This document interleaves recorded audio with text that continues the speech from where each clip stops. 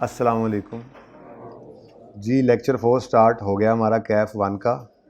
कल हमने disposal non current assets का जो है वो सीखा था, ठीक है। क्वेश्चन 20 हमारा क्लास में कंप्लीट हो गया था। इसकी रिक्वायरमेंट में एक्सट्रैक्ट्स नहीं है, लेकिन एडिशनली आप घर पे उसको बना लीजिएगा। जो दूसरा क्वेश्चन साथ साथ चलाया था, जो पहले आप कर रहे थे फिर मैं यहाँ पे कर रहा था आपके लिए, उसको कंप्लीट करते हैं। उसका डिस्पोजल अकाउंट रहता था, ऐसे ही है। उसके एक्सट्रैक्ट्स बना लेते हैं। घर पे इसको भी कंप्लीट किया होगा आप लोगों ने, उम्मीद है। किस किस ने कंप्लीट किया था? अच्छा, होमवर्क के अंदर कौन कौन से क्वेश्चंस थे? 22, 23, अगला नहीं दिया था मैंने, रमज़ान ऑफर। अच्छा चलो चलो ठीक है। तो ये दोनों सवाल कितने बच्चों ने किए हैं? हाथ खड़ा करें। कितने बच्चों ने किए हैं? मैं हाइब्रिड को भी देख रहा होता हूँ, हाथ खड़ा करें। अच्छा, गलत सवाल, हाथ नीचे करें। किस किस ने नहीं किया होमवर्क? पहला हफ्ता है, सारे ही करके आ रहे हैं। Okay good. चलें जी, ये क्वेश्चन कंप्लीट करते हैं। ज़रा क्विकली इसको गो थ्रू करते हुए आते हैं और कंप्लीट करके फिर दोबारा से एक और सवाल स्ट्रेट लाइन का करते हैं। ज़रा मेरी और तसल्ली हो जाए, उसके बाद फिर रिड्यूसिंग बैलेंस स्टार्ट कर देंगे। शायद उसके डिस्पोजल पे पहुंच जाएं, शायद ना पहुंचे, देखेंगे वो, ठीक है। आप लोगों ने भाई आज कोशिश करनी है। छोटे छोटे लेक्चर्स हैं, इंट्रो वाली बातें हैं। तो आज हमारा कितना लेक्चर है? चौथा। तो आपके 2 लेक्चर्स पेंडिंग है इसके अलावा, तो आपने वो आज ही ले लेना हिम्मत करके, ठीक है। ऊपर आईटी लैब में बैठ के ले लो या यूट्यूब पे अवेलेबल किए हुए हैं, प्लीज़ ले लीजिएगा। हैंड आउट्स बुक ही है वैसे तो, ऊपर से बुक लेके चले जाओ तो बुक वाले सवाल है, बस ठीक है। फॉलोइंग बैलेंसेज आर, रिक्वायरमेंट क्या थी? Asset account, accumulated deduction account और डिस्पोजल अकाउंट बनाना है। और 2017 31 दिसंबर पर। यकम जनवरी 17 के क्वेश्चन करने लगे हैं जी। करें। वालेकुम सलाम।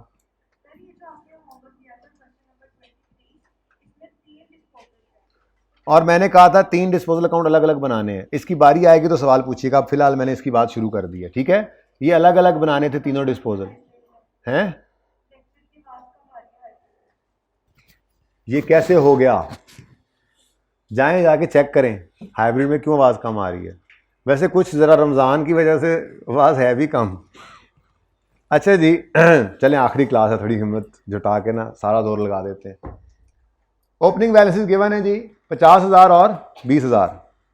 ओपनिंग बैलेंस हमने 1000 में सवाल किया, 50 और 20 लिख लिए, ठीक है। उसके बाद addition of 30,000 took place on यकम सितंबर 17। सिंपल एडिशन की एंट्री की थी हमने, एसेट डेबिट कैश क्रेडिट 30 से। Next, further an asset costing 25 which was purchased on 1 July कुछ साल पहले is disposed of on 30 September 17 हमारे साल में फॉर 3,000 ओनली। ये डिस्पोजल आ गया। अब डिस्पोजल के लिए आपको 4 स्टेप्स लिखवाए थे।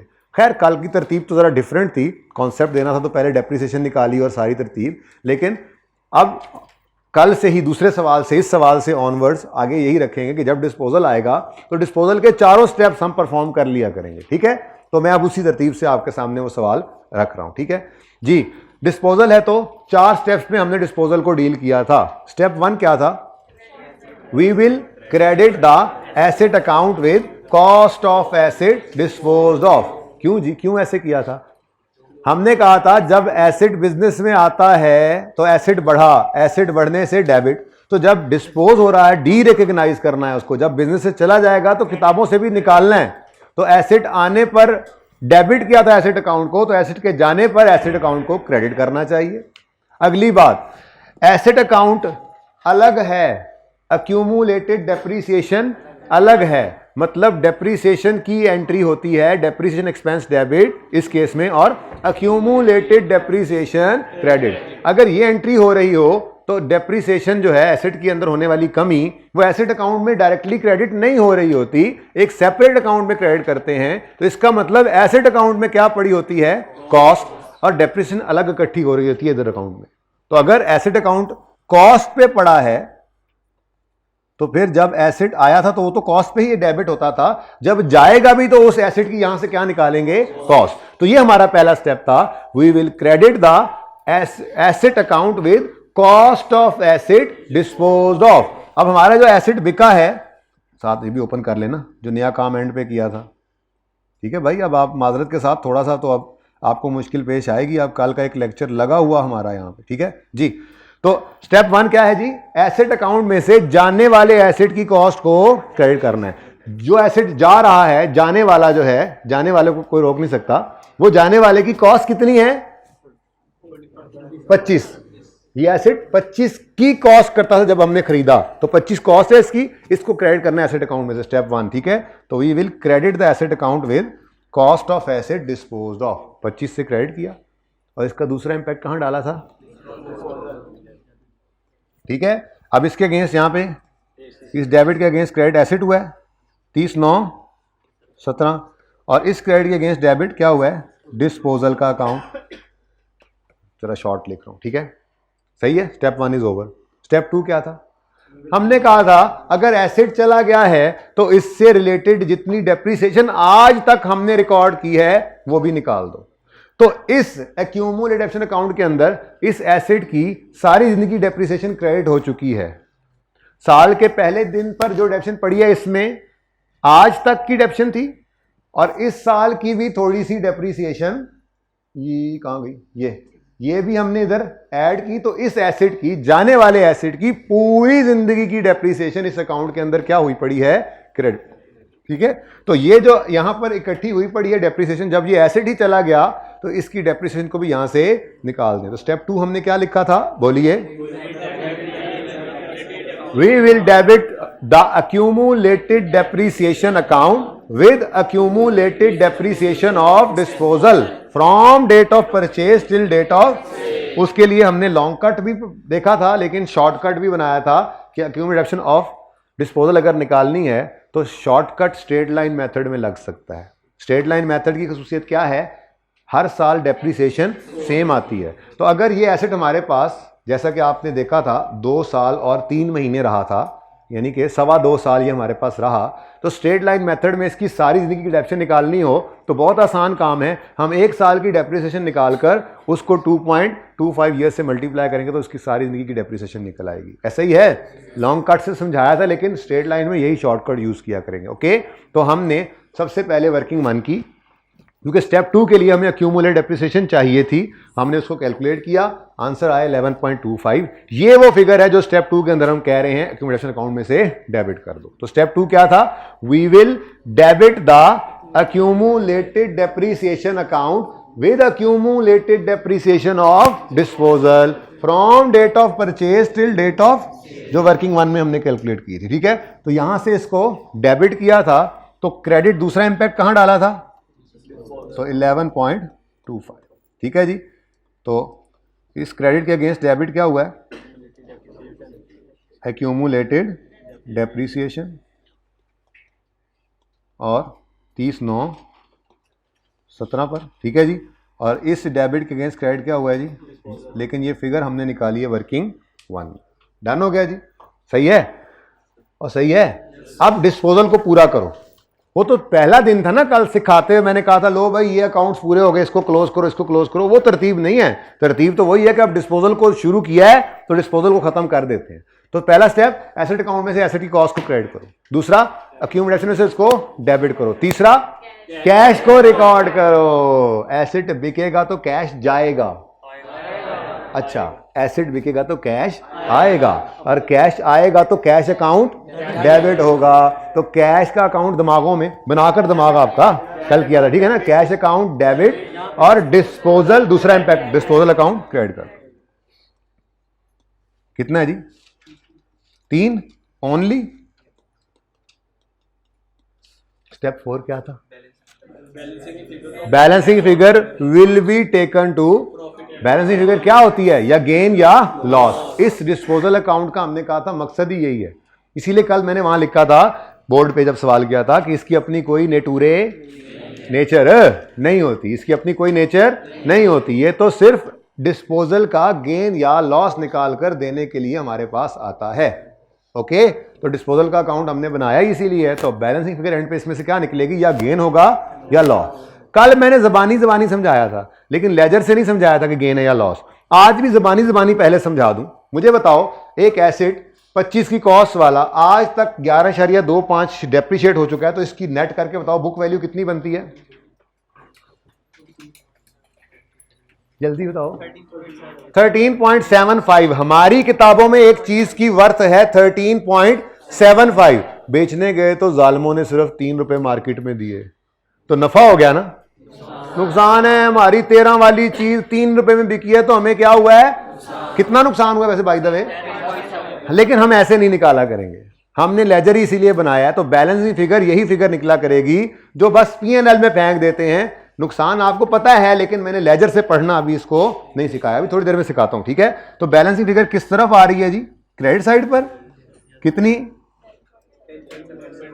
अच्छा, अब ये जो भी है, गेन है चाहे लॉस है, दोनों ने कहां जाना होता है? P&L। तो यहां पे लिखो P&L। अगर लेजर मांगा हुआ है तो बस आंसर, कहानी खत्म, टेंशन ही कोई नहीं, गेन है या लॉस है। हाँ, अगर P&L के एक्सट्रैक्ट्स बना रहे हो फिर देखना पड़ेगा कि ये गेन यानी इनकम है या लॉस यानी एक्सपेंस की तरह से, ठीक है? सही है। तो यहां पर सिर्फ अभी लेजर की हद तक सिर्फ ये लिख देना, P&L बैलेंसिंग फिगर, अल्लाह अल्लाह ते खैर सलाह। Okay, done? समझ आती है ये बात? चलो, अच्छा जी, अब ये काम डिस्पोजल वाला खत्म हो गया। अब एक काम रह जाया करेगा, वो ये होता है, ये इस तरह से, ठीक है ना? कि सब कुछ कर लिया, सब कुछ डिस्पोजल रिकॉर्ड हो गया, सारा कंप्लीट हो गया, गेन लॉस निकल आया। अब जब हम सवाल को देखेंगे तो एक चीज रहती होगी, सिर्फ depreciation expense for the year calculate करना बाकी है। तो उसके लिए फिर वर्किंग 2 हम करेंगे। वर्किंग 2 में हमने कहा था डिस्पोजल आने पर इस वर्किंग में क्या चेंज आएगा, जो इंट्रो में पड़ी थी उससे आगे क्या चेंज आया था? On opening excluding disposal.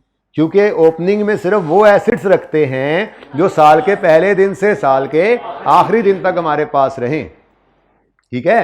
तो जो एसेट इस साल के दौरान बिक गया है, साल के पहले दिन तो हमारे पास था, साल के आखिरी दिन तो हमारे पास, दौराने साल बिक गया, 30/9 को गया, बोलो।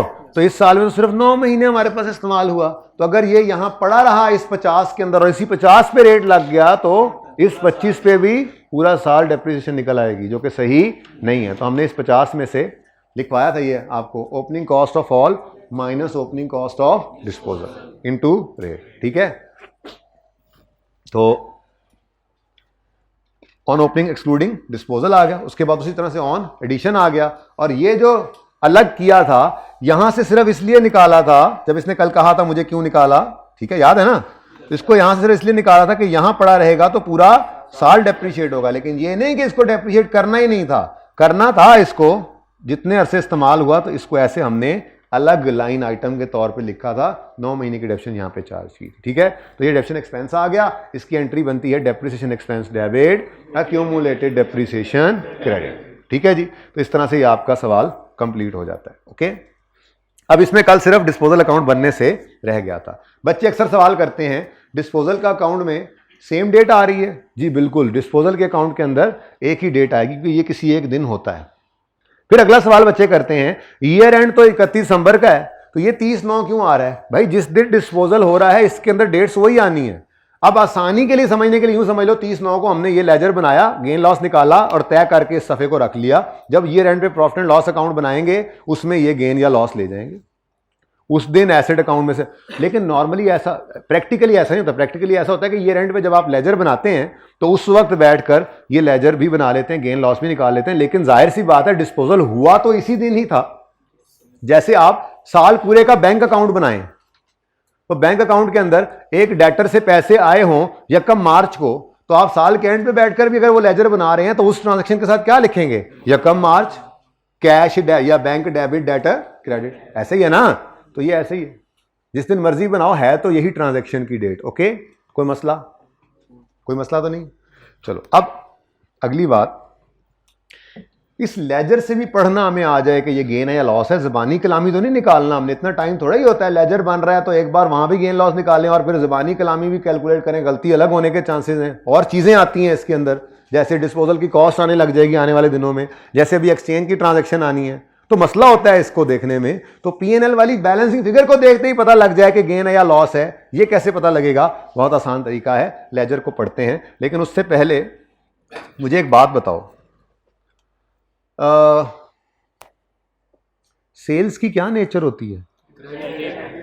यानी सेल्स का क्रेडिट बैलेंस होता है। ट्रायल में भी लेजर से निकल के ट्रायल में भी जाए तो क्रेडिट साइड पे सेल नजर आती है, या इनकम्स अदर इनकम भी यही होती है। यानी मैं यूं कह लूं कि इनकम्स की नेचर क्रेडिट होती है। अगर वो ट्रायल में भी दिखेंगी, लेजर से निकल के जब ट्रायल में जाती हैं तो कहां नजर आएंगी? क्रेडिट। और इसका मतलब वो क्रेडिट बैलेंस ही है, वो पीएनएल के अंदर भी। यानी मैं अगर आपको यूं कहूं ना कि पीएनएल जो होता है उसके अंदर अकाउंट ये चीजें क्लोज हुई पड़ी होती हैं, तो इस तरह से सेल्स अगर 100 रुपए की है तो ये 100 रुपया क्रेडिट है, ठीक है। उसके बाद मैं कहता हूं जी कॉस्ट ऑफ सेल थी जो मिसाल के तौर पे वो 60 रुपए थी, तो ये डेबिट है, एक्सपेंस डेबिट होता है, ठीक है ना। तो 40 का जीपी आ गया। उसके बाद मैं कहता हूं जी अदर इनकम आई है, ऐड करते हैं अदर इनकम, लेट से 5 रुपए है तो ये क्रेडिट है। उसके बाद मैं कहता हूं जी लेस कर दें इसमें से एक्सपेंसेस, सारे इकट्ठे बोल रहा हूं ऐसे, ठीक है ना। तो एक्सपेंसेस लेट से 22 रुपए के हैं, तो एक्सपेंसेस की नेचर क्या होती है? डेबिट।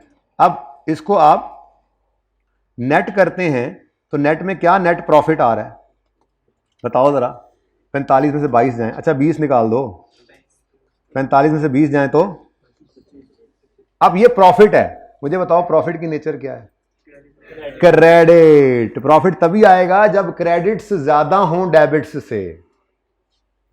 इनकम की नेचर क्रेडिट, एक्सपेंसेस की नेचर डेबिट, तो इनकम ज्यादा है तो प्रॉफिट, तो क्रेडिट ही होगा वो भी। इसीलिए तो ये क्रेडिट यहां से डेबिट खत्म करके क्लोजिंग एंट्रीज पढ़ी है आपने, चलो छोड़ो कोई जरूरत नहीं है वैसे, ठीक है। तो ये क्रेडिट है तभी तो कैपिटल में जाके ऐड होता था, क्रेडिट में क्रेडिट ऐड होता है, ठीक है ना। तो ये सारी बात करने का सिर्फ मेरा इतना सा मकसद था, इसकी कोई जरूरत नहीं थी, ऐसी गपशप लगा रहा था। सारी बात का मकसद सिर्फ ये था कि अगर कोई इनकम होगी तो वो पीएनएल में क्रेडिट होती हैं, क्रेडिट करती हैं, और कोई एक्सपेंसेस हो तो पीएनएल को डेबिट करते हैं, ठीक है। बस ऐसे ही ये बात कर रहा था मैं। अच्छा सॉरी, मैं तो आपको बताने लगा था, ये जो ऐसी फजूल बात थी, ऐसे छोड़ छोड़ मैं आपको बताने लगा था लेजर को पढ़ना सीखें। सीखा हुआ है वैसे आपने, लेजर को पढ़ना सीखते हैं। एसेट का लेजर है, कैसे पता लग रहा है?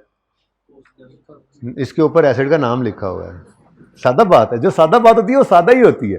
सीए के बच्चे का बड़ा मसला बताया क्या है? जो बात सादा लिखी हो कहता है नहीं नहीं इसके नीचे कोई और बात होगी जरूर, ऐसा नहीं होता, ठीक है भाई। लेजर का नाम ऊपर लिखा हुआ है ना, यानी ये एसेट का लेजर है, ओके। कैसे पता? इसके ऊपर इसका नाम लिखा हुआ है। अब इसमें ये 30 नजर आ रहा है, मैं इसके बारे में आपसे पूछता हूं कि इसको आप कैसे पढ़ोगे? ये 30 की डबल एंट्री मुझे पढ़ के बताओ। अब इधर देखना, देखना इधर देखना। एसेट का अकाउंट डेबिट, कैश क्रेडिट, ऐसे ही है। इसको कैसे पढ़ोगे? एसेट का अकाउंट, कोई बात नहीं डेबिट पहले ना बोलो, खैर है, मैं इसी को जरा पढ़ना सिखा रहा हूं ना, ठीक है। एसेट का अकाउंट क्रेडिट, डिस्पोजल डेबिट, ठीक है। इसको कैसे पढ़ोगे? अक्यूमुलेटेड डेप्रिसिएशन का अकाउंट क्रेडिट, डेबिशन एक्सपेंस डेबिट, ये लेजर पढ़ने का तरीका है ना। इसको accumulated depreciation debit, disposal credit. अच्छा ओपनिंग क्लोजिंग की कोई जर्नल एंट्री नहीं होती, मैं जर्नल एंट्रीज पढ़ा रहा था आपको, ठीक है ना। अच्छा आओ अपने डिस्पोजल पे। डिस्पोजल का लेजर है, ऊपर नाम लिखा हुआ है। इस 25 को कैसे पढ़ोगे? डिस्पोजल का अकाउंट डेबिट, एसेट क्रेडिट, इसको कैसे पढ़ोगे? डिस्पोजल का account credit, accumulated depreciation debit, ऐसे ही था ना। इसको कैसे पढ़ोगे? डिस्पोजल का account credit, cash debit, cash ही डेबिट किया था ना। अब बताओ इसको कैसे पढ़ोगे? Disposal account credit, PNL debit, और पीएनएल डेबिट किससे होता है? एक्सपेंसेस से। तो लॉस भी तो एक एक्सपेंस है। तो ये लेजर को देखकर ही हमने पहचाना करना है। अगले टॉपिक्स में जैसे अब कैश फ्लो का टॉपिक चल रहा होगा ना, तो सवाल में वो कहेगा गेन या लॉस, और डिस्पोजल का लेजर हमने बनाना होगा, तो उस वक्त पता होना चाहिए कि गेन आए तो किस तरफ आएगा, लॉस आए तो किस तरफ आएगा। तो ऐसे ही लेजर को पढ़ना आज से सीखना शुरू कर देंगे, ठीक है। कल मैंने सिर्फ इसको लिखवा दिया था, वैसे ज़बानी आपने लॉस ही डिटरमिन किया था ना, पर ज़बानी नहीं डिटरमिन करना हमने इस लेजर को देख के पहचानना है। अगर पीएनएल बैलेंसिंग फिगर इस तरफ होती तो कैसे पढ़ते कैसे? डिस्पोजल का अकाउंट डेबिट, पीएनएल क्रेडिट, हम कहते हो पीएनएल क्रेडिट मतलब गेन है, इनकम है, गेन ऑन डिस्पोजल, ठीक है। तो वैसे कोशिश यही की है इन छोटे सवालों के अंदर कि मैक्सिमम सवालों में लॉस ही आए, ताकि आपको कम से कम ये तो याद हो जाए ना कि लॉस इस तरफ आता है, ठीक है। मतलब साल भी कई तरीकों से बेचारा सोच रहा होता है कि ये भी कर लो, ये भी कर लो, समझाना भी पूरा है, लेकिन फिर भी जरा गैर महसूस तरीके से भी याद होता जाए। ठीक है, तो लेजर को देखते ही पहचानोगे कैसे? पीएनएल जहां पड़ा उसको ऐसे पढ़ के देख लोगे, डिस्पोजल का अकाउंट क्रेडिट, पीएनएल डेबिट। तो पीएनएल डेबिट होगा, लॉसेस से, एक्सपेंसेस से डेबिट होता है तो लॉस है। ठीक है, तो ये क्या है जी? Loss on disposal. चलो जी, अब फिर अगर आपको इतना पता लग ही गया है तो क्यों ना हम एक्सट्रैक्ट्स बना लें? क्या ख्याल है? अब एक्सट्रैक्ट्स का भी भाई आपको तो नहीं पता, आप कल वाली क्लास लेंगे तो पता लग जाएगा। कल किया था या परसों किया था एक्सट्रैक्ट्स? कल नहीं किया था, कल नहीं परसों किया था। यानी आपको सेकंड लेक्चर में एक्सट्रैक्ट्स मिलेंगे। ठीक है, रास्ता जो यार पढ़ के आना कल लेक्चर, बड़ा प्रॉब्लम, आपके बैठे होने से भी काफ़ी प्रॉब्लम हो रहा है मुझे, पता नहीं इनको समझ आ रही होगी या नहीं। नहीं मतलब नेचुरल है ना कि वो पता नहीं समझ आ रही होगी उनको या नहीं। इनके बारे में मुझे पता है, मैं चित्र भी फेरांगा अगर इन्होंने समझ नहीं आ रही थे, लेकिन आप लोगों की बरकत से इन लोगों को जरा और स्ट्रेस से बात भी पता लग रही है। पीएनएल के एक्सट्रैक्ट्स बनाते हैं और बैलेंस शीट के भी एक्सट्रैक्ट्स। मुझे बताएं, पूरा पीएनएल तो नहीं बना सकते ना हम, हमारे सामने ये सवाल है जी सारा, बल्कि इसको यूं कर लें, वर्किंग होकर फिगर तो यहां आ गई है ना, तो मुझे वर्किंग से क्या लेना देना? मेरे पास ये 3 आदद लेजर्स हैं, 3 आदद। मुझे बताएं इस सारी कहानी में से पीएनएल के अंदर क्या कुछ जाएगा? ये ओपनिंग जाएगा, ये कैश, ये डिस्पोजल, ये क्लोजिंग, अच्छा ये बीडी तो जाएगा, तो ये डिस्पोजल चला जाएगा, फिर ये चला जाएगा। चलो ये ले जाते हैं पीएनएल में, ये चला जाएगा, तो फिर जाएगा क्या? जो मैंने छोड़े वो हैं जी। Depreciation expense for the year, expense profit and loss में जाना है, और loss on disposal of PPE, ये दोनों एक्सपेंसेस में जाएंगे। और अगर गेन होगा तो एक्सपेंसेस के अंदर लॉस जाता है, अदर इनकम में गेन चला जाता। ठीक है, तो पीएनएल के एक्सट्रैक्ट्स अगर बनाएं, क्योंकि पूरा पीएनएल तो हम बना नहीं सकते, तो हमें नजर आएगा हमारा पुराना दोस्त डेप्रिसिएशन एक्सपेंस। साल कौन सा है जी? फॉर द ईयर एंडेड 31 दिसंबर। वो पूरा फॉर्मेट शॉर्मेट मैं अब नहीं बना रहा, पता ही है आपको, कंपनी का नाम लिखना, वो सारा कुछ करेंगे इंशाल्लाह जब पास पेपर के सवाल। इजी नहीं लेना एक्सट्रैक्ट्स को, आई क्या पूछ रहा है, धड़ाधड़ पूछ रहा है, बड़ा पसंद है उसको, उसके पता है कि ये ट्रेडिंग बिजनेस वाला पीएनएल बैलेंस शीट में बनवा नहीं सकता, तो फिर टॉपिक्स के अंदर टेस्टिंग ऐसे ही करता है, कहता है एक्सट्रैक्ट्स। मेरे ख्याल में इस दफ़ा रेलेवेंट एक्सट्रैक्ट्स शायद मांगे हैं, वरना इससे पिछली बार तो मांगे ही हुए थे, 1-2 टाइम्स पहले मांगता है। रूटीन के अंदर काफ़ी सवाल देखोगे आप। ठीक है, जर्नल एंट्रीज तो वो अब नहीं करवाता नॉर्मली, वो रेक्टिफिकेशन में कोई करवा लेता है। नोट मांगता है यहाँ पर, और एक्सट्रैक्ट्स मांगता है, ज़्यादा शौक आई आपको जिसका है। ठीक है, एंट्री तो वैसे ही हमने करनी है ना सीखने के लिए। नोट बनवाता है आपसे, एक्सट्रैक्ट्स बनवाता है, या फिर डिस्कशन भी करवा सकता है, अंग्रेजियां भी लिखवा लेता होता है। ठीक है, तो हर तरह का सवाल करेंगे। फिलहाल तो depreciation expense for the year बताओ, 19,000 या 5? जागो इधर देखो, ये क्लोजिंग बैलेंस है फॉर द ईयर, फिगर ये नहीं है, ये एज ऑन, ये आज तक की डेप्रिसिएशन है, इस साल की डेप्रिसिएशन नहीं है। ये साल के पहले दिन तक की डेप्रिसिएशन है, ये इस साल की है, और ये साल के आखिरी दिन तक की डेप्रिसिएशन है। ओके, तो डेप्रिसिएशन एक्सपेंस तो यहां पर सिर्फ 10.75 डेप्रिसिएशन एक्सपेंस है। वैसे एक्सपेंस लिखा होना काफ़ी है, एक्सट्रैक्ट्स के अंदर माइनस साइन ना भी लगाओ तो, लेकिन बच्चे ज़रा कंफर्टेबल फील करते हैं माइनस में इसको देखकर एक्सपेंस को, और पॉजिटिव में इनकम को देख, इसलिए मैं लगा देता हूँ। ठीक है, नहीं भी लगाओगे ना, अगली इनकम कोई पड़ी हो तो यहाँ पे लिखा तो होगा ना फलां इनकम, तो बस वो लिखा हुआ काफ़ी है। फलां एक्सपेंस तो प्लस माइनस कोई ज़रूरी नहीं है, कर दो ठीक है, ना करो तो भी ठीक है। उसके बाद लेकिन आज तो दोनों ही एक्सपेंसेस हैं। Loss on disposal of PPE,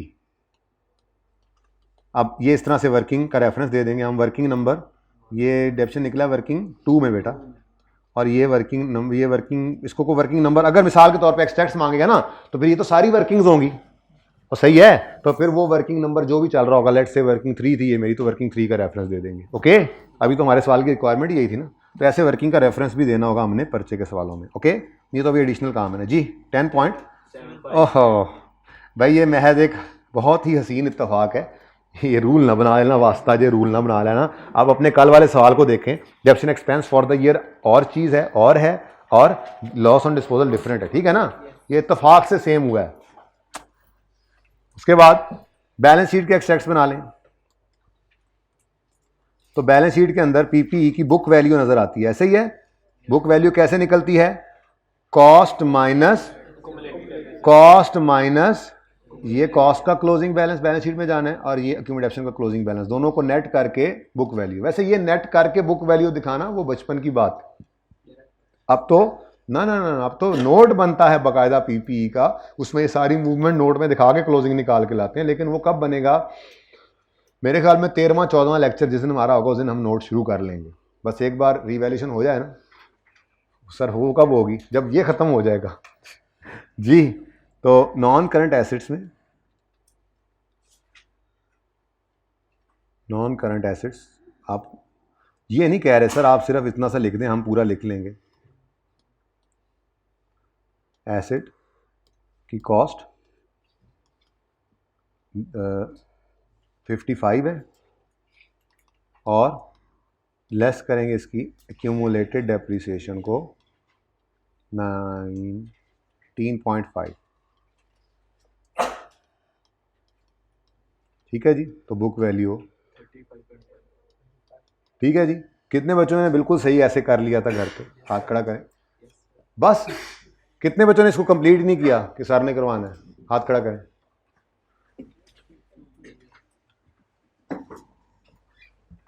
करना चाहिए था आप लोगों को। हाँ जी, कोई क्वेश्चन है तो पूछें, कोई मसला मसाइल है तो पूछें।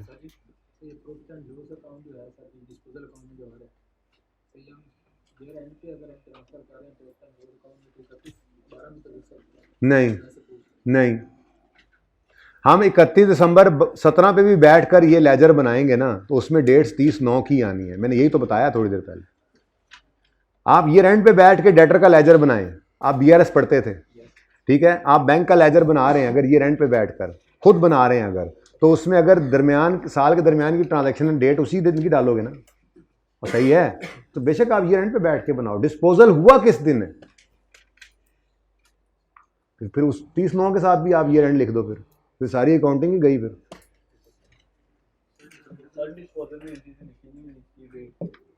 जी बेटा,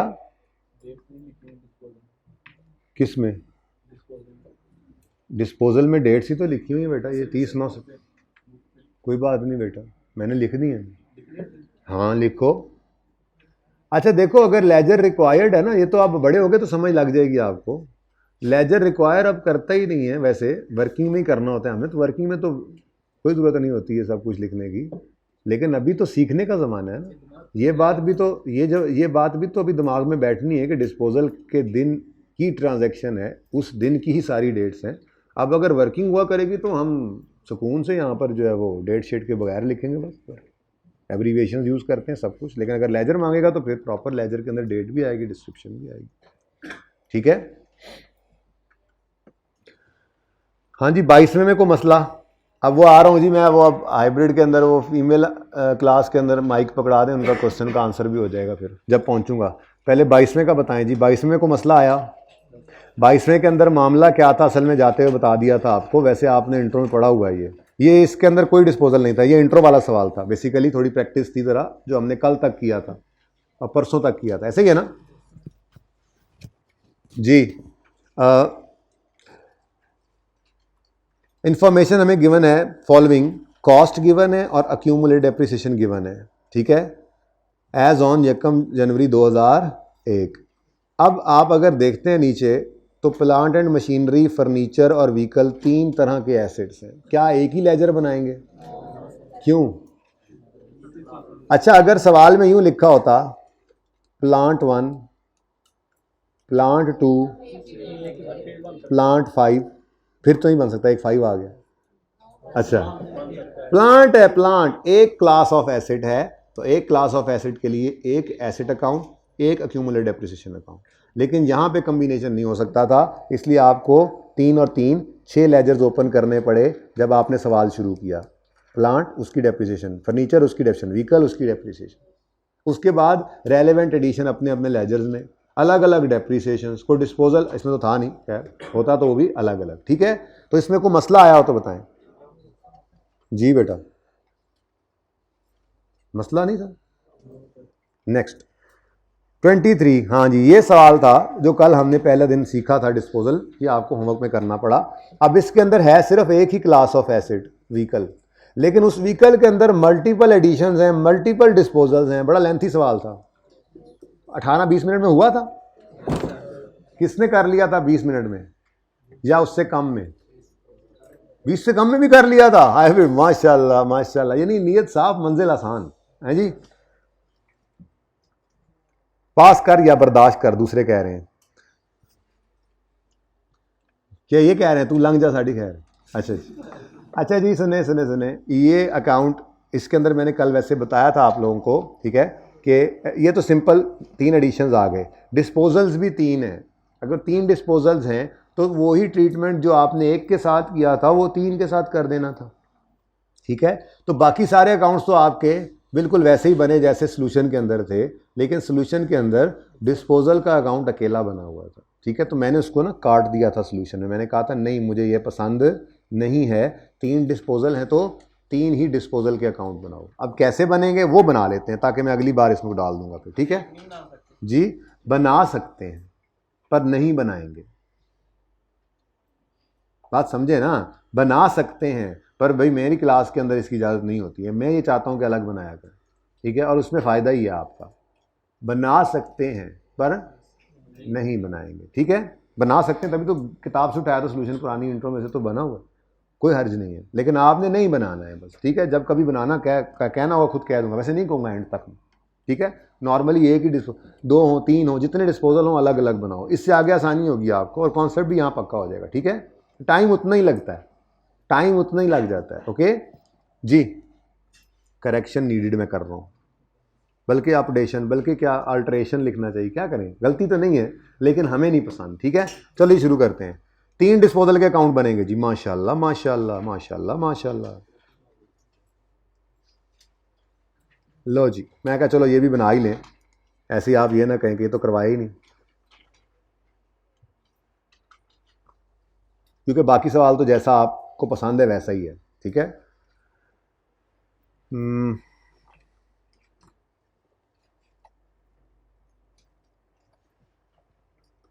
इधर सवाल ओपन कर लेते हैं, यह तो बहुत करीब करीब था लेकिन चलो जी बच्चों।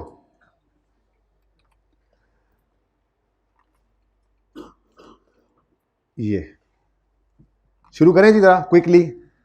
ओपनिंग यकम जनवरी 7 पर 1400, यकम जनवरी 7 पर इसका ओपनिंग 650, ओपनिंग आ गए फटाफट इधर देखें, 1400 और 650, 1000 में नहीं किया होगा।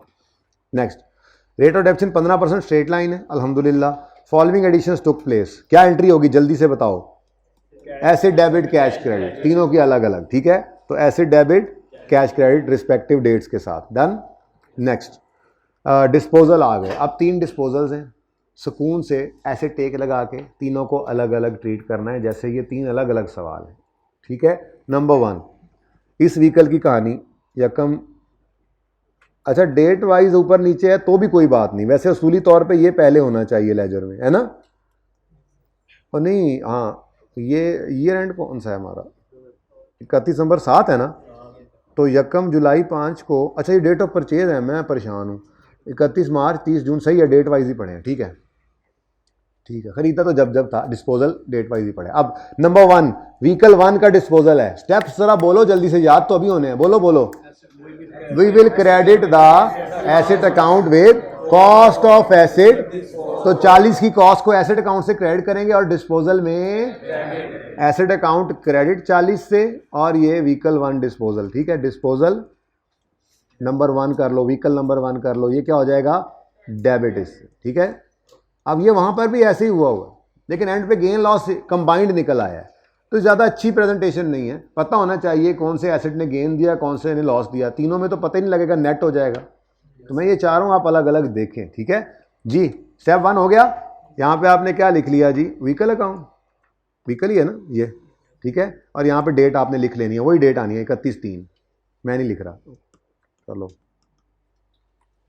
Next, step 2, we will debit the accumulated depreciation account with accumulated depreciation of disposal from date of purchase till date of, अब इसकी कॉस्ट को पकड़ेंगे, रेट स्ट्रेट लाइन है ना, ये 15% रेट लगेगा और अब हमें चाहिए इसकी टोटल लाइफ जो इसने हमारे पास गुजारी। ठीक है, अब कब से आया था, कब तक रहा, अब जबानी करें, बड़े हो गए हैं, कल का दिन गुजर गया, लिखना चाहें तो लिख भी सकते हैं, वैसे लिखी पड़ी है डेट। अब 1 जुलाई 5 को सामने रखो और ईयर एंड पे नजर डालो और यूं बोलो जैसे कल कहा था कि अगर ये एसिड 1 जुलाई 5 को आया तो इसका पहला ईयर एंड कब हुआ था, पहला ईयर एंड 31 दिसंबर 5, तो इसका मतलब पहले साल 5 वाले में ये कितने महीने चला, फिर 6 वाले में और फिर 7 वाले साल में, अब ये टोटल बन गया 1.75 ईयर्स। तो जो आंसर यहां पर आपका 15% करके आना था उसको आपने इससे मल्टीप्लाई करना था, स्टेप 2 वाली फिगर निकल आनी थी। ऐसे ही हुआ पड़ा होगा, ये पहले की ऐसे ही है, ये 10,500, ये है स्टेप 2 वाली फिगर, अक्यूमुलेटेड डेप्रिसिएशन डेबिट और एसिड क्रेडिट। ये 10,500 से अक्यूमुलेशन डेबिट और एसिड 10,500 से क्रेडिट। यहां पे क्या लिखोगे, accumulated depreciation 31 March. Okay, 10,500 done जी। Step 3, we will record cash, sale proceeds कितनी है 2300, एंट्री बोलो, एसिड बिका है तो कैश, कैश आया है तो कैश, कैश डेबिट, इतने डेबिट कर देना, जिधर दूसरा इंपैक्ट पड़ता है। स्टेप हमारा जो है वो असल जर्नल एंट्री करवाऊंगा, शायद आज ना करवाऊं ताकि ये पक्का हो जाए, कल फिर जर्नल एंट्री करवाऊंगा। आंसर सेम ही आता है दोनों से, या डिस्पोजल अकाउंट बनाओ या डिस्पोजल की जर्नल एंट्री कर लो, लेकिन वो भी हमें आनी चाहिए, बल्कि ज़्यादा उसी का ही काम है। इसका काम भी आगे जाके बनता है, जब हम बड़े टॉपिक्स कर रहे होते हैं वहाँ पे लेजर्स बनाते हैं, तो इसको भी बनाना आना चाहिए, और रेक्टिफिकेशन के टॉपिक के अंदर जर्नल एंट्री भी आनी चाहिए। ठीक है, सही है, दोनों काम जरूरी है, तो एक पक्का कर लें फिर दूसरे पे जाएंगे। तो यहाँ पर दूसरा इंपैक्ट पड़ता है, स्टेप वो जो आपको लिखवाया था, वी विल रिकॉर्ड कैश। अब बच्चे गलती से क्या करते हैं, कैश एसिड बिका है तो कैश आया है तो कैश डेबिट, वो बोल कैश डेबिट रहे होते हैं, कर डिस्पोजल में डेबिट रहे होते हैं, ये गलती नहीं करनी। ठीक है, तो step 3, we will record cash, asset बिका है तो कैश आया है, कैश आया है तो कैश डेबिट डिस्पोजल क्रेडिट, कितने से 2300, 31 मार्च।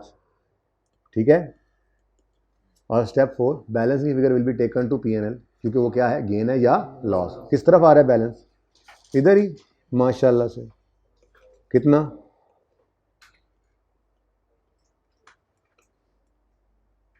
अब देखा ना आप लोगों ने इकट्ठा किया, घर पे सबने इकट्ठा किया, हालांकि मैंने काट के भेजा था, ये कहा था अलग अलग करना। कैलकुलेटर है तुम्हारे पास बेटा, उल्ली लग जानी है उन्हें, इस्तेमाल करो। उल्ली समझते हैं, उल्ली फंगस, मार्स से आए हुए लोग जी।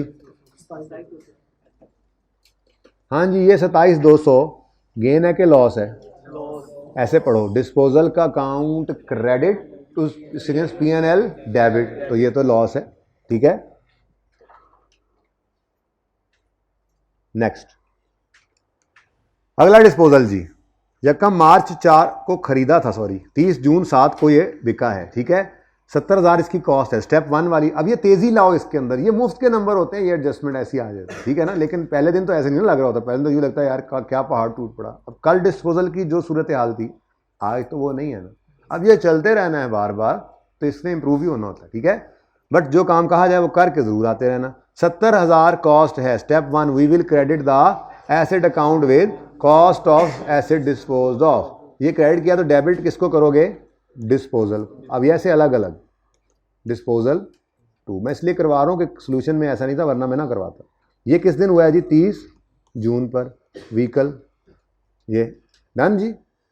Step 2, we will debit the accumulation account with accumulated depreciation of disposal from date of purchase till date of sale। अब ये 70 है, इस पर रेट लगना है और यहां से हमने पीरियड कैलकुलेट करना है। तो अब जरा जबानी करें, जरा तेजी लाए ना। यकम मार्च 4 से 31 दिसंबर 4 तक 10, अब कैलकुलेटर पे लिखते जा रहे होगे आप, ठीक है ना, 10/12 लिखा होगा आपने, प्लस 4 वाला साल, प्लस 5 वाला साल, प्लस 6 वाला साल, प्लस 7 वाला साल, 6/12। अब बताओ जरा, अलग अलग करना पड़ता, जैसे कल किया था तो कितना टाइम लगना था, और ये तो एक कम है। अच्छा चलो फिर शुरू से कर लेते हैं। यकम मार्च 4 से 31 मार्च 4 तक 10 महीने, 31 मार्च 5 तक, 6 तक, और 7 तक 6/12 जी 3.33 ईयर्स। अब ये जो इससे आंसर आया है इसको 3.33 से मल्टीप्लाई करें, पूरे साल की इसकी डेप्रिसिएशन आ जाएगी जो यहाँ पे हुई पड़ी है, देख लें बस जी। डन। ये 35,000 की एंट्री होगी, ये स्टेप 2 है ना। We will debit the accumulated depreciation account with कितनी अमाउंट थी? जवाब बंदे हो ना, ये इस तरफ तो नहीं जवाब कर रहे थे हम, इधर यहाँ तो सवाल रखा हुआ है जी। डेबिट ये 35,000 से अक्यूमुलेटेड डेप्रिसिएशन का अकाउंट हो गया डेबिट, और दूसरा इम्पैक्ट डिस्पोजल में डाल दो 35,000, ठीक है जी। अक्यूमुलेटेड डेप्रिसिएशन ये कब का जी? 30 जून। पता लग रहा है आप डेट से, ये 31 मार्च वाला डिस्पोजल है, वो 30 जून वाला डिस्पोजल है, तो अपनी डेट लिखें, ठीक है। Step 3 we will record cash. आप नहीं बोल रहे, मैं ही बोल रहा हूँ स्टेप, मुझे तो याद हो गए, अब काफी साल हो गए जी। We will record cash. तो एसेट बिके तो कैश जाता है, अच्छा आता है, कैश आता है तो कैश क्रेडिट, मुझे लगता है ऐसे ही करना पड़ेगा, वैसे नहीं जागने, ठीक है जी। तो एसेट बिकेगा तो कैश आएगा, कैश आया है तो कैश डेबिट, तो दूसरा इंपैक्ट डिस्पोजल को कर दो क्रेडिट जी। 4700 है, यानी कि लॉस ही है खैर से जी। बैलेंस फिगर क्रेडिट साइड पे आ रही है, कितनी है? 30,000, ठीक है जी। अब इसको पढ़ के देखें तो डिस्पोजल का अकाउंट क्रेडिट, पता है मुझे कि ऊपर आपको नजर आ रहा है, लेकिन दोबारा पढ़ लें, डेथ क्यों पढ़ रही है आपको, कॉन्सेप्ट पक्का करें। डिस्पोजल का अकाउंट क्रेडिट, पीएनएल डेबिट, तो पीएनएल डेबिट होता है लॉसेस से, एक्सपेंसेस से, ठीक है। नेक्स्ट तीसरा और आखिरी डिस्पोजल है जी, ये 90, तो 90 को पकड़ो, एसेट अकाउंट में से निकालो, कड़ंग, इधर जाके लिख दो कड़ंग, डिस्पोजल नंबर 3 व्हीकल, ये है जी 30/11। स्टेप 1 इज डन, हो गया। स्टेप 2, इसकी सारी जिंदगी डेप्रिसिएशन निकालें, 90,000 को 15 से मल्टीप्लाई करें और ये पीरियड गिन लें, 1 अगस्त से 31 अगस्त तक, जरा ध्यान से गिन लेते हैं, अगस्त, सितंबर, अक्टूबर, नवंबर, दिसंबर, 5 महीने, और 7 के अंदर नवंबर तक 11, तो 11 जमा 5 16 महीने। 16 महीने का मतलब होता है, कर लो ऐसे कर लो, अच्छा चलो अच्छा आदत बनी हुई है, कैलकुलेटर पे करने की आदत बनी है, ऐसे कर लो, पहले साल में 5/12, दूसरे साल में 11/12, अब तो आंसर निकाल लोगे ना, लाइन के बैक रो जी। 1.33 ईयर्स, तो 90,000 into 15% into 1.33, answer is 18,000 accumulated depreciation, इससे करो डेबिट, डिस्पोजल क्रेडिट, कितना था?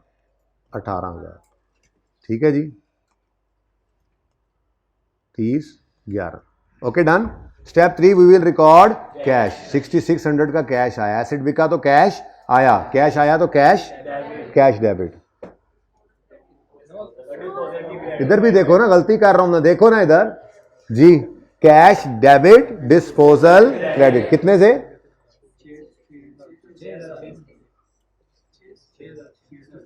6600 जी,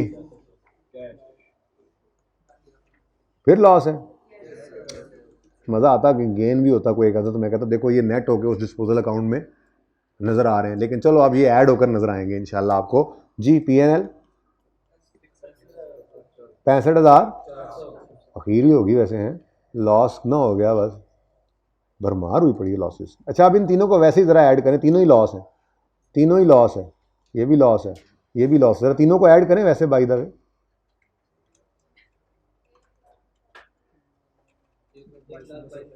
1,00,000, ये देख लो आंसर तो वही आ रहा है क्योंकि ये कंबाइन किया हुआ था, लेकिन आपने कंबाइंड नहीं बनाना, कितना को फर्क पड़ा है टाइम में यार। देखो ना ये सारी फिगर्स तो आपने लिखनी थी, सिर्फ पीएनएल को आपको 3 दफा लिखना पड़ा, लेकिन कॉन्सेप्चुअली ज्यादा मजबूत होते हैं आप इसके साथ। तो डिस्पोजल जितने होंगे डिस्पोजल अकाउंट उतने ही बनाने हैं, इसकी बजाय आपने 3 कर लिए। ये आंसर तो सेम ही होना है, तभी तो ऑप्शन है, अगर आंसर डिफरेंट होता तो फिर ऑप्शन कहाँ होता, फिर तो गलती होती। ऑप्शन है, किताबों में मिलेगा भी सी आपको इस तरह से। बट हमारी क्लास में हम जितने डिस्पोजल होंगे उतने बनाया करें, कंबाइन नहीं करेंगे। ओके, सही है शाह जी।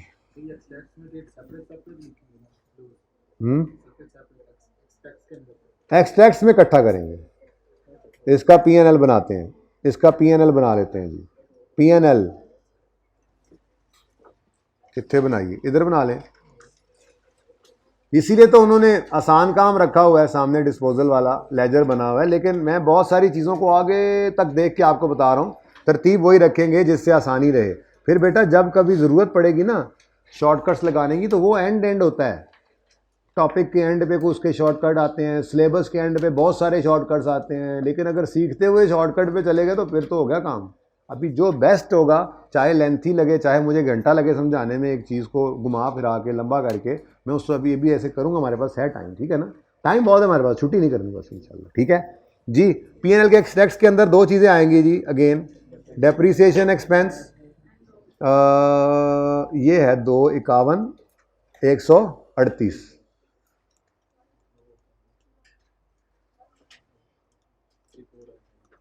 ठीक है जी, एक्सपेंस। उसके बाद सारे लॉसेज इकट्ठे करो, लॉस ऑन डिस्पोजल, इवन के, चलो गेन अलग ही रखा करो। तो ये तीनों लॉस इकट्ठे करके मैं यहाँ पर, तीनों इकट्ठे करके मैं यहाँ पर शो करूँगा। क्या बताया था भाई, ठीक है जी, ये ऐसे इकट्ठा करेंगे। आप बाकी बैलेंस शीट आप बना ही लेंगे, उसमें तो क्लोजिंग ही आना है। ओके, दोनों का नेट करके कि बना दूँ, वो भी बना लेंगे बोला है ना। अच्छा यार, एक छोटा सा उधार रह गया था। वैसे तो मैं अब अगले सवाल पे जाना चाह रहा था, लेकिन चलो वो बात भी अब बातों में आ ही गई है तो हो ही जाए मेरे ख्याल से। ये आपको मैंने, ये आज लेक्चर 3 नहीं है, आज तो 4 चल रहा है, ठीक है ना। उस वक्त 3 लेक्चर था जब जहाँ से गुजरे थे कल, ठीक है। मैंने आपको कहा था कि आप डेप्रीसिएशन, भाई हाइब्रिड में आवाज़ सही आ रही है, बाजी सही आ रही है, भाई सही आ रही है, आवाज़ सही है, ओके। आपको तो नहीं आ रही होगी आवाज़ सही। डेप्रीसिएशन एक्सपेंस की दो तरह से एंट्री की जा सकती है। Depreciation expense debit, accumulated depreciation जो हम आज तक करते आए, ठीक है। और दूसरी तरह से एंट्री होती है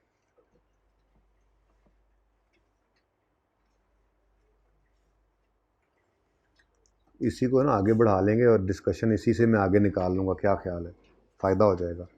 तो बल्कि एंट्रीज तो चलो ठीक है, फिलहाल चलने दो ऐसे जी। Depreciation expense debit, asset credit भी हो सकता है, ठीक है। ये दोनों तरह से एंट्रीज हो सकती है लेकिन इसको बेटर प्रेजेंटेशन कहा जाता है। इस एंट्री से हमारी बेटर प्रेजेंटेशन अचीव होती है, इस एंट्री से हमारी बेटर प्रेजेंटेशन अचीव नहीं होती। ये मैं आपको अभी समझा देता हूं कैसे।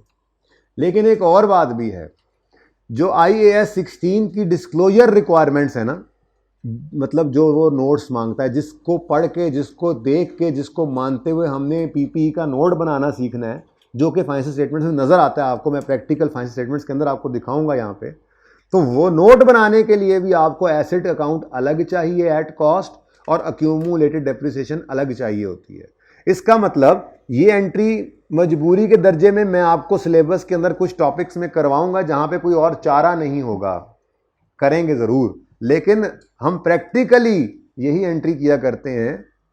ये एंट्री नहीं की जाती क्योंकि एक तो इससे प्रेजेंटेशन बेहतर अचीव होती है, दूसरा ये एंट्री होगी तो आगे PPE का नोट बन पाएगा, यानी एसेट अकाउंट अलग और अकोमोडेशन अलग होना चाहिए, ठीक है ना। तो इसलिए हमारी समझो एंट्री होती यही है। लेकिन मैं एक दिन इस पर भी लगाऊंगा, अभी शायद परसों, और कोई 1-2 सवाल आधा घंटा लगा के 1-2 आपको होमवर्क में दूंगा, क्योंकि ये आज इस वक्त यहाँ पे सिखाना ज़रूरी है कि जब जाके ये कैश फ्लो के टॉपिक में या NPO के टॉपिक में बनाना पड़ेगा इस लेजर को इस तरह से मजबूरी में, तो उस वक्त समझ ना आए, तो उससे बेहतर है अभी सीख लेंगे जब ये चल रहा होगा, ठीक है।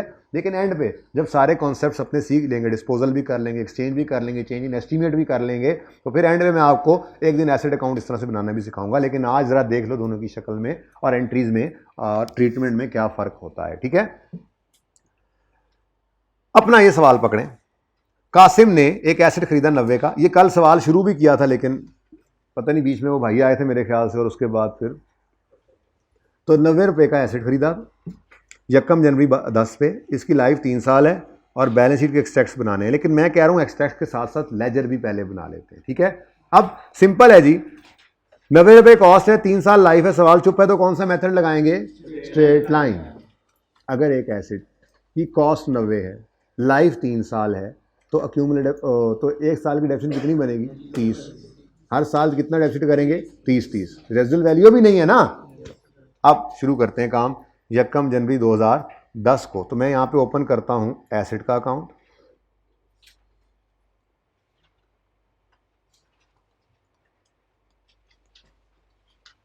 और यहाँ पे मैं एंट्री करता हूँ किस दिन जी? यकम बोले, मैं ही देख लेता हूँ, ठीक है जी, मेहरबानी, कोई ज़रूरत नहीं, ठीक है, मैंने देख लिया। अब यकम जनवरी 10 है, यकम जनवरी 10। एसेट डेबिट कैश क्रेडिट कितने से जी? 90 से, ठीक है। उसके बाद 31 दिसंबर 10 आ गया और कोई एसेट और नहीं खरीदा, कोई एसेट बिका नहीं है, ठीक है। तो कैरी डाउन में भी क्या पड़ा होगा? यही 90 पड़ा होगा। यार ये तो तंग हो रहा है, नज़र नहीं आएगा, क्या आ जाएगा? ठहर जाए, एक और काम थोड़ा सा।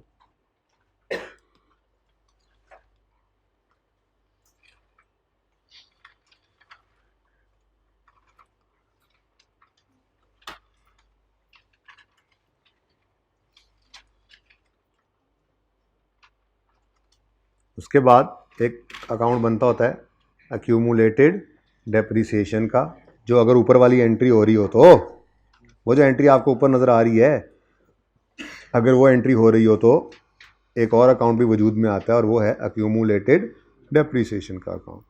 इसको ले जाते हैं ज़रा थोड़ा सा साइड पे, ये बाद में करते हैं। एंट्री इस तरह भी हो सकती है, ठीक है। अभी फ़िलहाल हम वो जो बात आज तक पुरानी पढ़ रखी है, जो हम करते आए हैं रूटीन में काम, वो कर रहे हैं।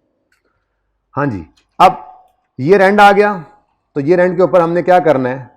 इसको डेप्रीशिएट करना है। डेप्रिसिएशन एक्सपेंस कितना होगा? मैं ज़बानी पूछ रहा हूँ, ठीक है, कितना?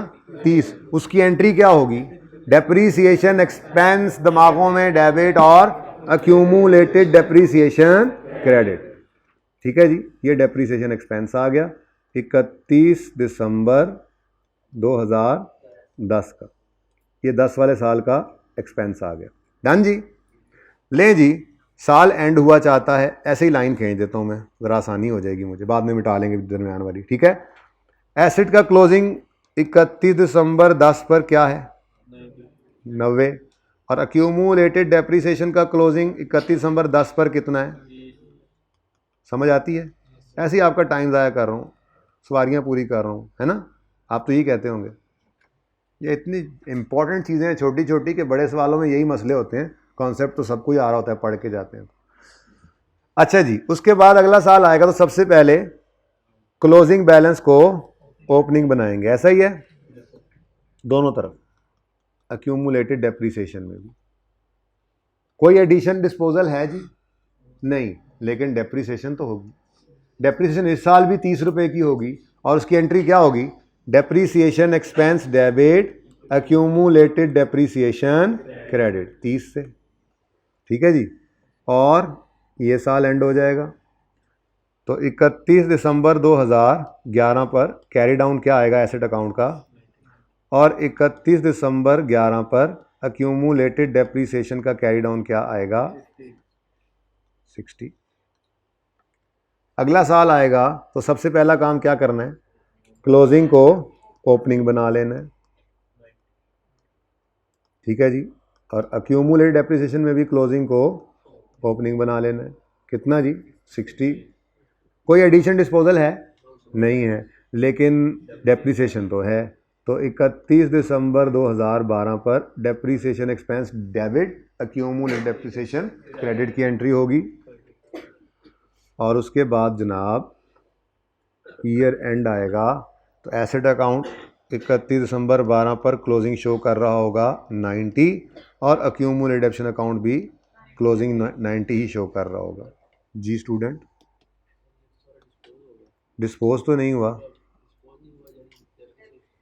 जी, मैं वो बता देता हूँ भाई, अभी मैं यहाँ पहुँचा ही हूँ, मैं पहले वो बात कर सकता था, खुद सोचो, आ गई है बारी तो बता देता हूँ, लेकिन ये डिस्पोज नहीं हुआ, यही तो इम्पोर्टेंट बात है। हाँ जी, वो मैं लिखवा देता हूँ, डिस्पोज नहीं हुआ, मैंने सिर्फ इतनी बात की। जी बच्चों, अब इसके एक्सट्रैक्ट्स बनाते हैं। अगर ये वाली एंट्री होगी तो ये दो अकाउंट्स बनेंगे, ठीक है ना, मैंने ज़रा वो टोटल शोटल के कोई लिमिटेड डिबे बनाए, ओके। अगर ये वाली एंट्री होगी तो ये दो अकाउंट्स वजूद में आएंगे। क्यों? क्योंकि एसेट के अंदर होने वाली कमी एसेट में क्रेडिट होने की बजाय इस अकाउंट में अलग से इकट्ठी करते रहते हैं। तो इसी का मतलब होता है कि एसेट अकाउंट किस पे पड़ा है। तो बचपन में आपको उस्तादों ने ये सिखाया होगा कि, नहीं तो आप सीख लें, कोई मसला नहीं है, मैं इसीलिए तो बात कर रहा हूँ, ठीक है, किसी को याद ना रहा हो तो, कि अगर अक्यूमुलेटेड डेप्रिसिएशन का अकाउंट अलग से नज़र आ रहा है तो समझ जाओ कि एसेट अकाउंट कॉस्ट पे पड़ा है, क्योंकि एसेट अकाउंट के अंदर कभी भी उसके अंदर होने वाली कमी क्रेडिट की ही नहीं गई। ओके, अच्छा जी, अब अगर मैं बैलेंस शीट के एक्सट्रैक्ट्स बनाऊं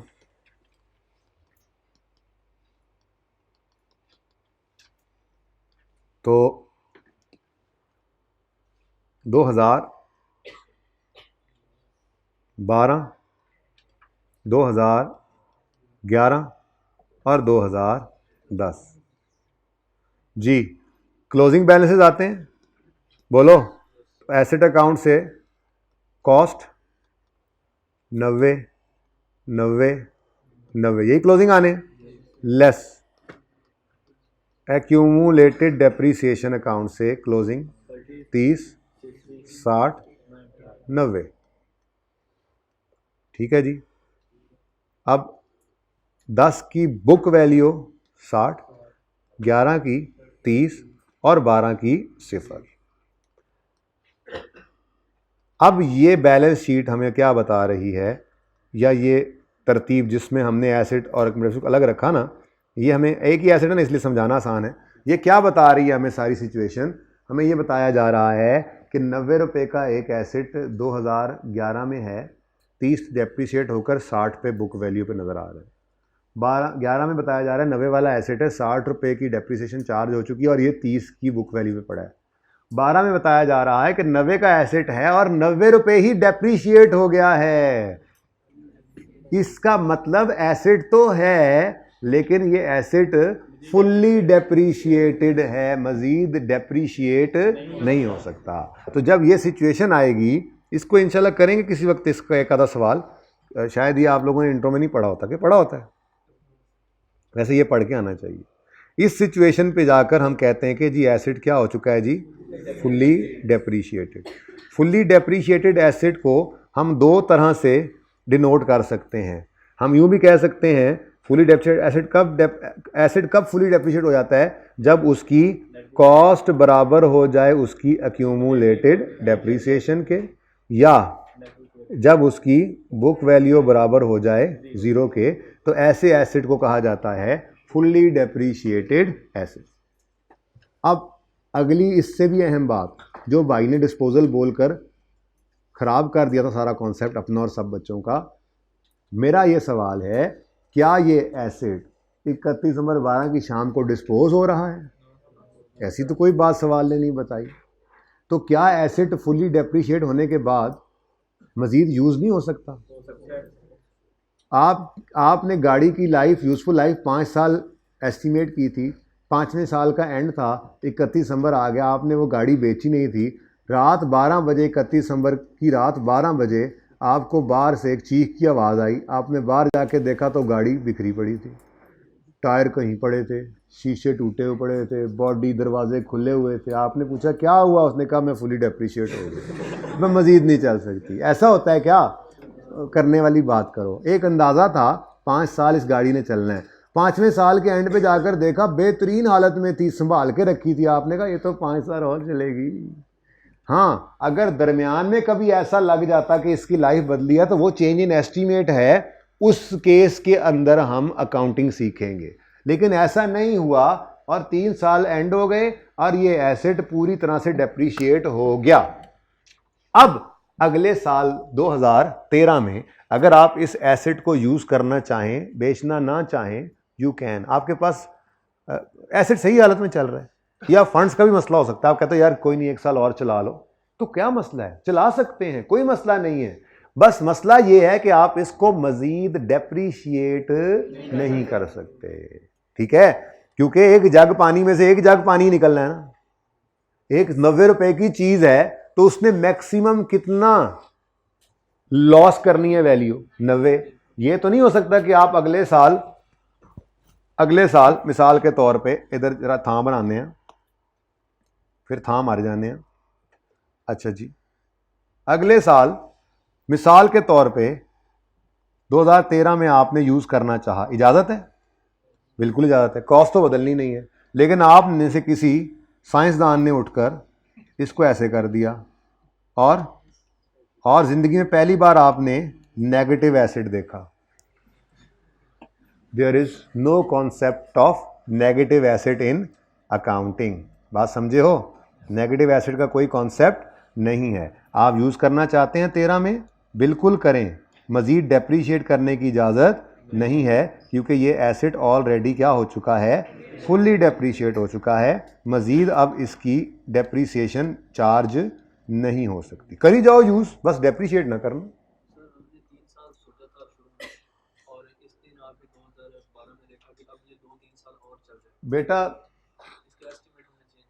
बेटा वो सिचुएशन समझा रहा था, ठीक है, एस्टीमेट चेंज तो पढ़ाना है अभी, वो फिर देखेंगे, फिलहाल नहीं पढ़ाया। फिलहाल तो मैं एक कॉन्सेप्ट दे रहा था, ये 0 हो गया, मैंने कहा चलो बताता चलो, ठीक है। नहीं एस्टीमेट चेंज हुआ, नहीं चल सकता था मजीद आगे, लेकिन मजबूरन चला भी सकते हैं, चलाई जा रहे हैं। वो नहीं चल रहा है, हम चला रहे हैं। फिर मकसद कहने का ये है, अगर इस एंड होने से पहले आपने किसी वक्त में एस्टीमेट चेंज कर दिया तो वो काउंटिंग कर लेंगे, लेकिन यहाँ पे आके तो अब तो कहानी खत्म होगी, ठीक है, सही है। इसका सवाल करेंगे, ये कॉन्सेप्ट फिलहाल सर आपके जहन में होना चाहिए कि ये फुली डेप्रीशिएटेड एसेट कहते हैं, इसको होता क्या है, ठीक है। बाकी इसकी जो आगे यूजेज है या आगे इसका जो कॉन्सेप्ट है, सवाल एक पूरे उसके अंदर फिट करेंगे कि बाकी एसेट्स चल रहे हों और एक फुली डेप्रीशिएट हो जाए तो क्या करना है, क्योंकि बड़ा अहम पॉइंट है कि ये जो एसेट है ये फुली डेप्रीशिएटेड है। इसका मतलब ये नहीं है कि ये किताबों से निकल भी जाएगा, पढ़ा होता है किताबों में, ठीक है। बस मजीद डेप्रीशिएट नहीं हो सकता, डेप्रिसिएशन एक्सपेंस निकालते हुए इसका ध्यान रखना पड़ता है, ठीक है, सही है जी भाई। पार्ट 2 शुरू कर दें।